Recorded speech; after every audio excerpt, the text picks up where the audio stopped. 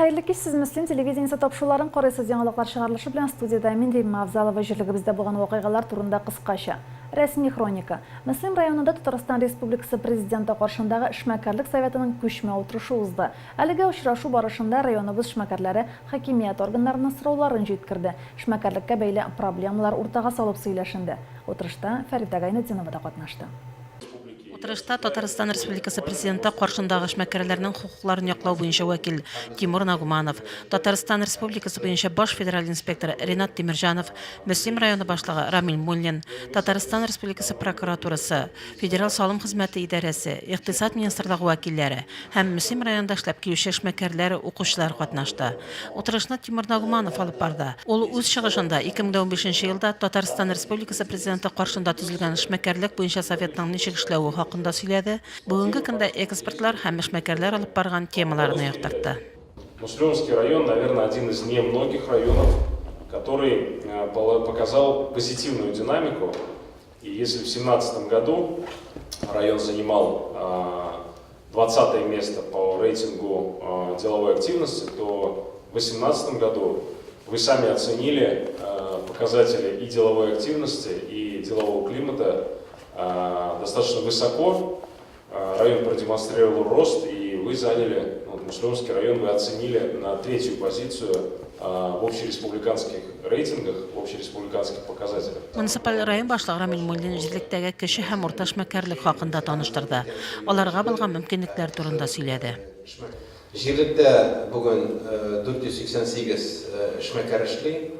Төп юнәлеш безнең авыл хуҗалыгы юнәлеше, 58% шушы авыл хуҗалыгы юнәлешендә төрле тармак әйтелгән. Җир белән эшләү бар, мал белән дә эшләү бар, эшкәртү цехлары белән дә бар, кошчылык белән шөгыльләнүче егетләребез бар. Бүген көндә бу инде зур күрсәткечләрнең берсе. Калган кунаклар да үзләренең эшчәнлекләре белән таныштырдылар. Үз юнәлешләрендә эшмәкәрләргә тәкъдим ителүче хезмәтләрне тәкъдим иттеләр. Очрашуның икенче өлешендә утырышта катнашучы эшмәкәрләр үзләрен кызыксындырган сорауларны бирделәр, фикер тәкъдимнәрен җиткерделәр. Утырышта Müslüm районының республикада кеше һәм урта эшмәкәрлек буенча эшләүче иң яхшы районнарның берсе булуы билгеләп үтелде. Районда шундый мөмкинлекләр булу киләчәктә бу юнәлештә күрсәткечләрнең тагын да югары булачагына бер дәлил булып тора. Фәрида Гайнетдинова, Динар Михажев, Müslüm телевидениесе. Шүп жуу чисталык мәсьәләсе Müslümдә күптәннән хәл ителгән, тик күп регионнарда әлеге проблема әле калып килә иде. Россия Федерациясе президенты Владимир Путин белән турылымтә вакытында да әлеге мәсьәлә яңгыраш тапты. Нәтиҗәдә яңа закон кабул ителде. Һәр төбәккә региональ оператор билгеләнде. Яңаша шүп жуу ничек оештырылган? Шул хакта Лилия Шәймиева репортажында. Татарстанның 22 районына Гринта оператор билгеләнде. Бүгенге көндә ул без эшләгән график нигезендә каты көн күреш калдыкларын җыя. Понедельниктан башлап 5-нче тикле оешмалардан җыябыз. Заявка белән күпчелек барып туктайбыз, кычкыртабыз, чыгалар, ташлыйлар, документка кул куйдырабыз да акытка. Китәбез. Кичкә 5-нче яртыда домараларына чыгабыз инде. Алай халык довольно, төрлесе бар инде. Ул теге бүтән кешегә дә ярап та битеп булмый. Бергә эшләргә тырышабыз инде. Шулай да түләү өлеше артты. Моңа кадәр бер кешедән айга 32 сум чамасы акча җыелса, хәзер бу сумма күп фатирлы йортларда яшәүчеләр өчен 71 сум 95 тиен, шәхси йортларда яшәүчеләр өчен 78 сум 5 тиен тәшкил итә. Әлеге хезмәт өчен яңа туган сабыйдан алып иң өлкән кешегә кадәр түләячәк. Халык үзе машинага үзе салырга тиеш дигәнчә. Шуңа инде вәскә ташламыйча машина килгәнен карабрак торып чөнки алар инде билгеләнгән вакытта йөриләр машиналар. Шул вакытта өйдә торып чикләрен сосалар әйбәт булыр. Түләү мәсьәләсенә килгәндә халыкка исәп-хисап счеты яшәү урыны буенча җибәреләчәк диләр. Шүп чыгару буенча аерым килешүләр төзелмәячәк. Шүп түгү өчен акчасын бирергә теләмәгәннәрне суд аша түләттерәчәкләр ди Гринта җәмгыяте вәкилләре. Лилия Шәймиева, Динар Михажев, Müslüm телевидениесе. 10 март көнне Россиядә архивлар көне билгеләп үтелә. Район башкарма комитетының архив бүлеге күп еллык тарихка ия. Бүген биредә нәрсәләр эшләнә? Архив бүлеге ничек яши? Район архив бүлеге эшчәнлеге белән коллегаларыбыз таныштыра. Үткәнен белмәгән халыкның киләчәге юк ди халык мәкале. Архив идарәләре исә нәкъ менә үткәнебез белән бүгенгене бәйләп, тарихи мирасыбызны киләчәк буынга тапшыру юнәлешендә хезмәт куя. Бүген бүлектә әллә никадәр тарихи документ саклана. Архив бүлегендә 1935-2012 еллар аралыгында 105 фонд, саклауга алынган 25045 берәмлек эш исәпләнә. Шуның 14700 берәмлеге идарә документлары, 10098 берәмлеге шәхси состав буенча документлар. Узган елда Татарстан дәүләт архивы фондларында аеруча кыйммәтле документлар ачыкланган. Мондый документлар безнең район архивында да урын алды. Экспертлар бу документларга югары бәя бирде. Алар безнең фондка иң кыйммәтле документлар булып керде. Бу эшне цифрлаштыру алып барыла. Без бу документларны электрон рәвешкә күчерәбез һәм безнең бердәм информацион системабызга һәрбер документның образын теркәп, бүтән кешегә күрсәтә торган дәрәҗәгә китереп бетерәчәкбез. Замана таләпләренә туры китереп, бүген бүлекнең халыкка хезмәт күрсәтү тәртипләре дә үзгәрә, арта бара. Әлеге мөмкинлекләр халык белән тыгыз элемтәдәшләргә һәм мөрәҗәгатьләргә кыска вакыт эчендә җавап бирергә мөмкинлек бирә.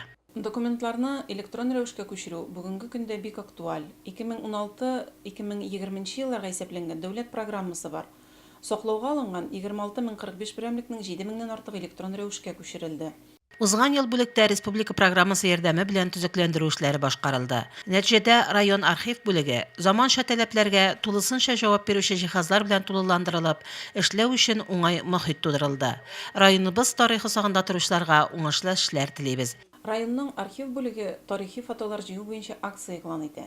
Мөгаен өлкән буын арендашларыбызның сандык төпләрендә, фотоальбомнарында Мөслимнең истәлекле тарихи урыннары сурәтләнгән яки мөһим юбилей даталарына багышланган фотолар сакланадыр. Без аларны архив бүлегенә тапшыруыгызны сорыйбыз. Фәридә Гантинова, Динар Минхажев, Мөслим телевидениесе. Татмедиа акционерлык җәмгыяте газета журналларына язучылар арасында булган бүләк уйнату матур гадәткә әйләнде. Бүләк отучылар арасында райондашларыбызның да булуы сөенечле. 2019 елның 1 ярты еллыгы өчен газета журналларга язылып, бүләк откан 3 райондашыбыз бәйрәм алдыннан тәбрикләүләр кабул итте. Вәрешбаштан Миләүшә Хәсәнова ел сайын Татмедиа акционерлык җәмгыяте бүләкләрен ота. Бу юлы Миләүшә декоратив мендәр отты. Мөслим авылында яшәүче Фәниса һәм Рафис Хәбибуллиннар Шаян журналының махсус бүләге электр чәйнегенә лаек булды. Яңа Карамалдан Рауза Мансуровага юрган чыкты. Аның бүләген ул алып китте. Без бу вакытлы матбугат белән һәр вакытта да дус яшибез, һәр вакытта да язылырга тырышабыз.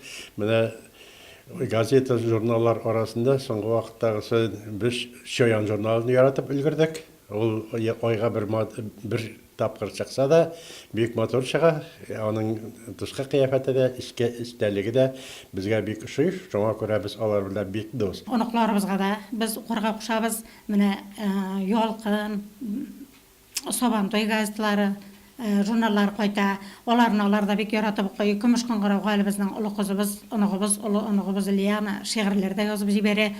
Без һәр вакытта да көмеш кыңгыраулар белән бәйләнештә торабыз. Хәбибуллиннар Татмедианың 5 газета журналына язылганнар. Оныклары өчен 3 улларының һәр кайсының өенә килерлек итеп Салават күперенә дә язылган Хәбибуллиннар.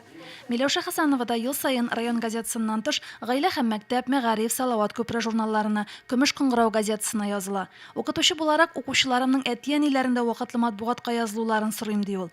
Укучыларының иҗат җимешләрен Миләүшә авыл утларына да, Көмеш кыңгырауга да еш җибәрә. Моннан тыш алар матбугат чаралары оештырган иҗади бәйгеләрдә дә еш катнаша.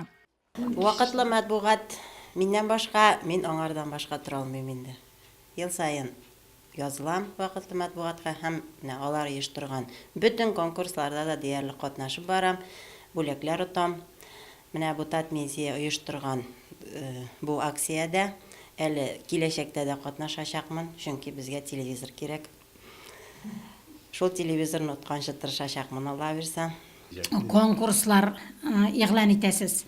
Менә шул конкурсларны да без бик яратабыз. Шуны уйланып, бөтен элекке вакыттагыларны уйланып, хәзерге тормыш белән бәйләп, менә шуларда да газетага үзебез конкурска катнашабыз. Авыллар газетасында һәр вакытта да шул конкурсларда катнашмый калганыбыз юк. Менә шундай безне уйландыра торган, шундай матур иштәлекле итеп без әнә шундай конкурста катнашырлык әнә шундый бик әйбәт конкурслар оештыруыгызны тагын да теләп калабыз. 2019 елның 2 ярты еллыгы өчен вакытлы матбугатка язылу башланды. Вакытлы матбугатка бәя арту көтелә. Авыл утларына да бәя күтәреләчәк. Шуңа газета журналларга бүгеннән үк язылып куярга киңәш итәбез.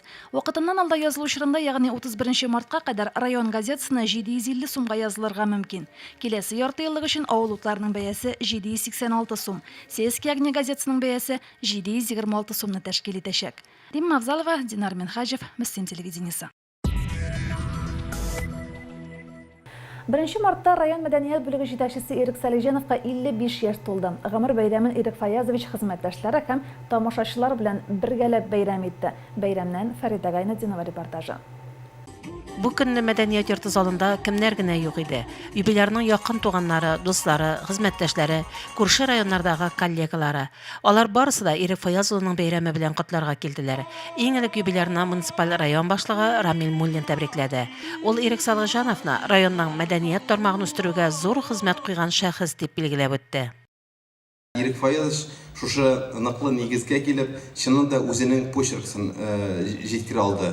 Бүген күрәбез яңа коллективлар, ак буйлары, энҗе бөртекләре, башка төрле чараларда һәм башка төрле менә карасак, бүген инде Мөслимдә бимәгән кеше юктыр инде ул, бимәгән бала юктыр инде ул бүген.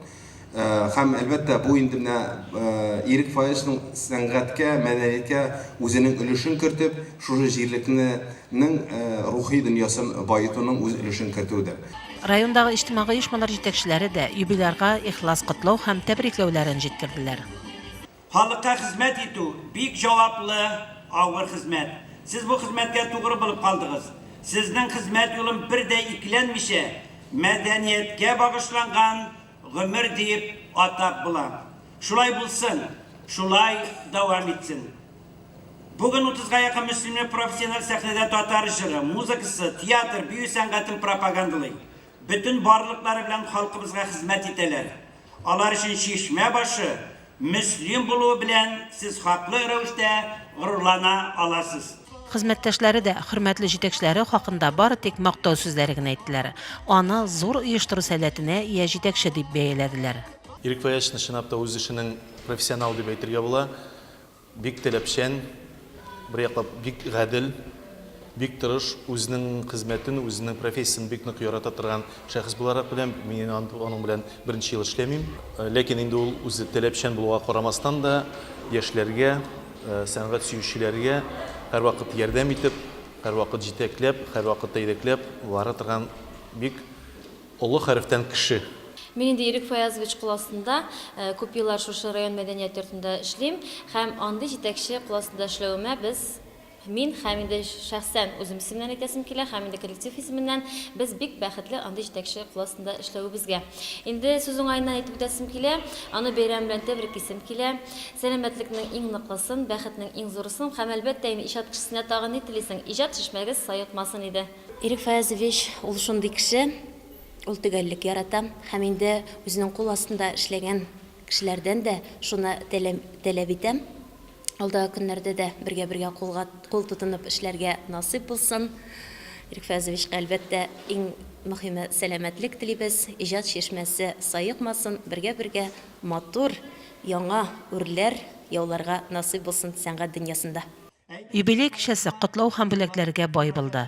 Бу көнне Ирек Фаяз улы күрше районнардагы коллегаларыннан да, хезмәттәшләреннән дә котлаулар кабул итте. Кичә Ирек Салижанов җитәкләгән ак буйлары җыр һәм бию ансамбле район мәдәният йорты егет-кызларының матур җырлары белән үрелеп барды. Фәрида Гайнетдинова, Динар Минхаҗев, Мөслим телевидениесе.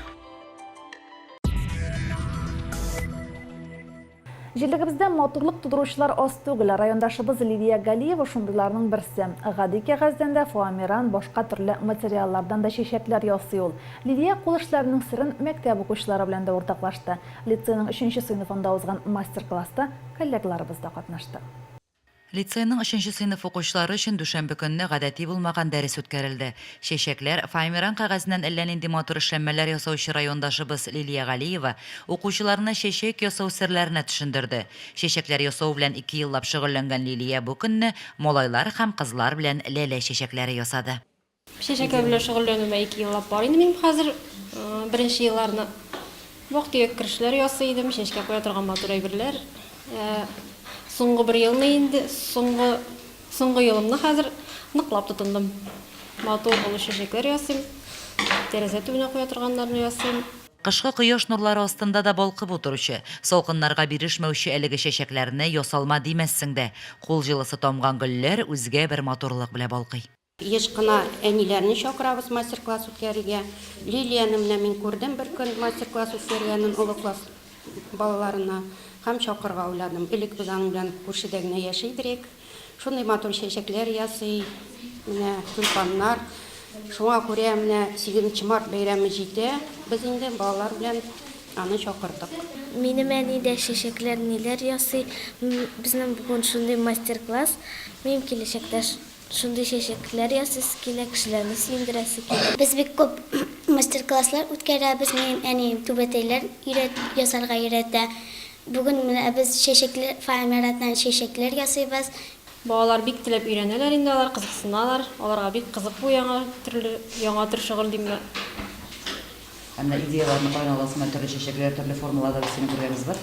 Идеяларны интернеттан карыйм да, ләкин бар ондагыча барып чыкмый ул. Заказчик мәсәлән, миңа шулайрак кирәк иде дә, ул тагын бер яңа төрле форма килеп чыга ул. Лицейда мондый мастер-класслар даими үткәрелеп тора. Шушы көннәрдә генә укучылар түбәтә ясау, бисер белән чигү серләренә дә төшенде. Балаларның бирелеп 8 мартка якын кешеләренә чәчәкләр ясавын күреп, сөенеп кайттык. Матурлыкны күрә белүче малайлар һәм кызларның күңелләре дә матурлыкка омтыла димәк. Лилия Шәймиева, Динар Минхаҗев, Муслим телевидениесе. Менә шулай гүзәл затлар күңел җылысын башкалар белән дә бүлешә. Гомумән, хатын-кызсыз тормыш матур булмас иде кебек. 8 март халыкара хатын-кызлар көне уңаеннан үткәрелгән очраштыруда да шундый фикерләр яңгырады. Теманы Лилия Шәймиева дәвам итә. Хатын-кызлар көнен билгеләп үтү традициясе борынгы Римнан ук килә. Инде ул вакытларда хатын-кызларның кадерен белгәннәр, аларга чәчәкләр бүләк иткәннәр, игътибар күрсәткәннәр. Әлеге бәйрәмне 8 март көне билгеләп үтү тәкъдиме исә 1910 елда Копенгагенда кабул ителгән. Күпмедер дәрәҗәдә әлеге бәйрәм 1857 елда Нью-Йоркта узган вакыйгалар һәм Клара Сеткин исеме белән бәйле. Бүгенге көндә тормышта хатын-кызларның роле зур. Моны респондентларыбыз да раслый. Машина да йөртсен, управлять та етсен, администрацияда да утырсын. Bütün безнең хатын-кызлар, алар ир кешеләрдән нәрсә дип әйтергә, чыдамлырак дип әйтик мен инде. Аларның чыдамлыгы белән эштә яхшырак бара безнең илдә дә, һәр кешенең өендә дә. Хатын-кызга нинди хокуклар бирелгән, алар инде бөтенесе дә тормышка ашсыны дип әйтергә кирәк. Машина йөртә икән, машина йөртә, чөнки ул иратка күпмедер эшне җиңеләйтә дигән сүз. Мәсәлән, минем дә үземнең хатын йөри машинада. Мәсәлән, мәктәпкә бала илтәсе бар икән, илтә магазинга чыга икән, магазинга чыга. Шунда инде хатын-кызның күбрәк шөгыль белгәне, ул инде иратның да эшен җиңеләйтә. Хәзер хатын-кызлар действительно батырда күркәмдәген, и на коне она остановит и в огонь зайдет. Тагылар шулай инде. Хатын-кызларыбыз безнең рульдә машиналар йөртсеннәр, ил белән җитәкләсеннәр, дөрес иттереп, справедливым образом, мотор иттереп, акыллы булсыннар. Хатын-кызларыбыз безнең бар яктан да уңган булган инде, өйдә дә семьясын да алып бара. Хәзер хатын-кызларыбыз күбрәк руль артында йөри, юлларында инде мөмкинчелек тә бирелгән хәзер. Уңышлар хатын-кызларыбызга. Хатын-кызлар ул гомумән бөтен яктан да уңган, машинада йөри, балаларны да карый, өйне дә карый, өйдә дә иң кирәкле кеше, өйдә дә бөтен җирдә дә хатын-кыз инде ул. Хатын-кызлар гаиләдә дә, җәмгыятьтә дә аерым урын биләп тора. Алар барысында булдыра, аларга сакланмыйча мөмкин түгел. Лилия Шәймиева, Динар Минхаҗев, Муслим телевидениесе. Яшь журналистлар җитәкчеләр белән очрашуларын дәвам итә. Узган атнада Яшьләр район эчке эшләр бүлеге җитәкчесе белән очрашты. Очрашуда яшьләр гадәттәгечә активлык күрсәтте. Әңгәмә бик җанлы узды. Очрашудан Фәрида Гайнетдинова репортажы. Район эчке эшләр бүлеге җитәкчесе Раил Гатауллин бүлекне Гыйнвар аенда гына җитәкли башлады. Шуңа күрә дә ул ниндидер нәтиҗәләр ясарга, уңышлар хакында сөйләргә иртә булуын билгеләп үтте. Әмма укучыларның сорауларына бик теләп җавап бирде. Укучылар исә җитәкченең үзенә дә бүлек эшчәнлегенә карата да сорауларны бирделәр. Коррупция, яшьләр арасындагы хокук бузулар турындагы сораулар да булмый калмады очрашуда. Укучылар очрашу барышында үз сорауларына җаваплар алдылар. Райондагы оператив эшчәнлек белән таныштылар. Бүгенге очрашу бик күңелле узды һәм менә бу яңа килгән начальник та бик әйбәт һәм әйбәт кешегә охшап тора Һәм инде мөселманбездә ул киләчәктә яхшы эшләр белән генә эшләр дип көтеп калам. Без бүген район эчке эшләр бүлегендә очрашуда булдык. Миңа бүгенге очрашу бик ошады. Мин үземнең күңелемдә туган сорауларга тулы җавап ала алдым. Мондый очрашулар районыбызда бүгенге яшәеш белән танышырга ярдәм итә. Укучылар өчен киләчәктә һөнәр сайлауга бер этәргеч булса, үз фикерләрен, үз карашларын булдырырга ярдәм итә.